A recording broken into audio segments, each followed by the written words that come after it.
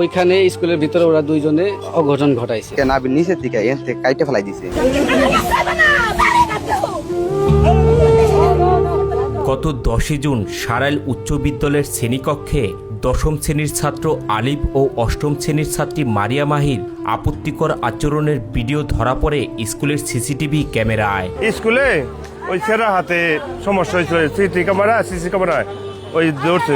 এক পর্যায়ে ঘটনাটি জানাজানি হলে বিদ্যালয় কর্তৃপক্ষ 15 জুন দুই শিক্ষার্থীকে স্কুল থেকে টিসি দেয়। স্যাররা সিসি ক্যামেরা ফুটেজে কি দেখছে সেইটার ভিত্তিতে স্যাররা ওদের অফিস রুমে ডাকায় নিয়ে ওদের ভয়ভীতি দেখাইছে। অফিস রুম আটকায় দরজা আটকায় নিয়ে ওদের ভয়ভীতি দেখাইছে।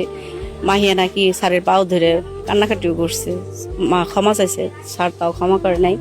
ওদের ভয়ভীতি দেখায় বলছে টিসি দিয়ে দিমু, ওদের স্কুল থেকে দূর দূর করে বের করে দিছে। টিসি পাওয়ার পরপরই আলিফ বাড়িতে ফিরে গেলেও মাহিয়া মাহি আর বাসায় ফেরেনি। সেই দিন থেকেই নিখোঁজ ছিল সে। পরিবারের সদস্যরা বিভিন্ন স্থানে খোঁজাখুঁজি করেও তার কোনো সন্ধান পাননি। হেডমাস্টার ফোন দিয়ে বলতেছে কি তুমি তাড়াতাড়ি এতে আসো, স্কুল আসো। আমরা বললাম স্যার রে আমার মামাতো বোনি কই আছে? স্যার বলছে তোমার মামাতো বোন তোমরা খুঁজে নাও গে। এরপর গত রবিবার বিকেল 4টার দিকে উপজেলার চন্দননগর কবরস্থানের পাশে বাঁশবাগানে স্থানীয়রা দেখতে পান একটি নিথর দেহ।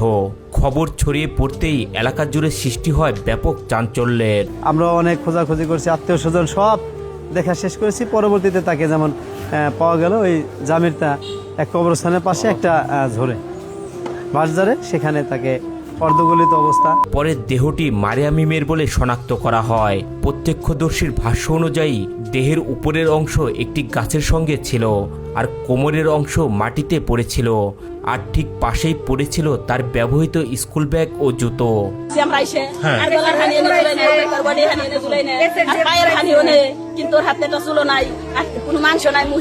ওখানে মানুষ গেলে ডরাইবো, দিলেও গেলে মানুষ ডরাইবো, যে জায়গা ভয়ঙ্কর জায়গা।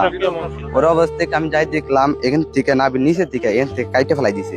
এদিকে মারিয়া মিমের স্বজনদের অভিযোগ, মেয়ে নিখোঁজ থাকার সময়ই বিদ্যালয়ের প্রধান শিক্ষক ও স্থানীয় কয়েকজন প্রভাবশালী তার মা কামরুন নাহারের কাছ থেকে জোরপূর্বক একটি স্ট্যাম্পে স্বাক্ষর নেন। স্কুলে ডাকায় নিছে, ডাকায় নেওয়ার পরে টিসি মিসি সব রেডি করছে, ওইগুলো বের করে দেয়। তা আপা বলছে যে আমার মেয়ে মেয়ে আছে, মেয়ে বাড়ি গেছে। কারণ আমার মেয়ে তো বাড়ি যায় নাই, আমি বাড়ি থেকে আসলে আমার মেয়ে বাড়ি যায় না, আমার মেয়ে বুঝে দেন, আপনারা কোনো কথাই বলতে দেননি। অন্যদিকে মাহিয়া মাহির দেহ উদ্ধারের পর ক্ষোভে ফেটে পড়ে পুরো এলাকাবাসী। তারা এই ঘটনার সঙ্গে জড়িতদের দৃষ্টান্তমূলক শাস্তির পাশাপাশি বিদ্যালয়ের প্রধান শিক্ষকের ভূমিকাও তদন্তের দাবি জানান। স্যার যেটা করছে মেয়েকে ছেড়ে দিছে এই নরপিশাচদের হাতে, আর সে তার মতো আর কি তার কয়জনে নিয়ে গেছিল। ঘটনার পরপরই পুলিশ প্রধান শিক্ষক এবং অভিযুক্ত আলিফ সহ 8 জনকে আটক করে।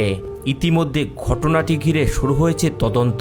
একটা ছেলে একটা মেয়ে কিভাবে আমরা তাদেরকে স্কুলে পাঠাবো, আমরা তো খুবই ভয়ে আছি। এদিকে পুরো এলাকা জুড়ে নেমে এসেছে শোকের ছায়া। স্থানীয়দের দাবি ঘটনার সুষ্ঠু তদন্তের মাধ্যমে প্রকৃত সত্য উদ্ঘাটন করে দোষীদের আইনের আওতায় এনে কঠোর শাস্তি নিশ্চিত করতে হবে।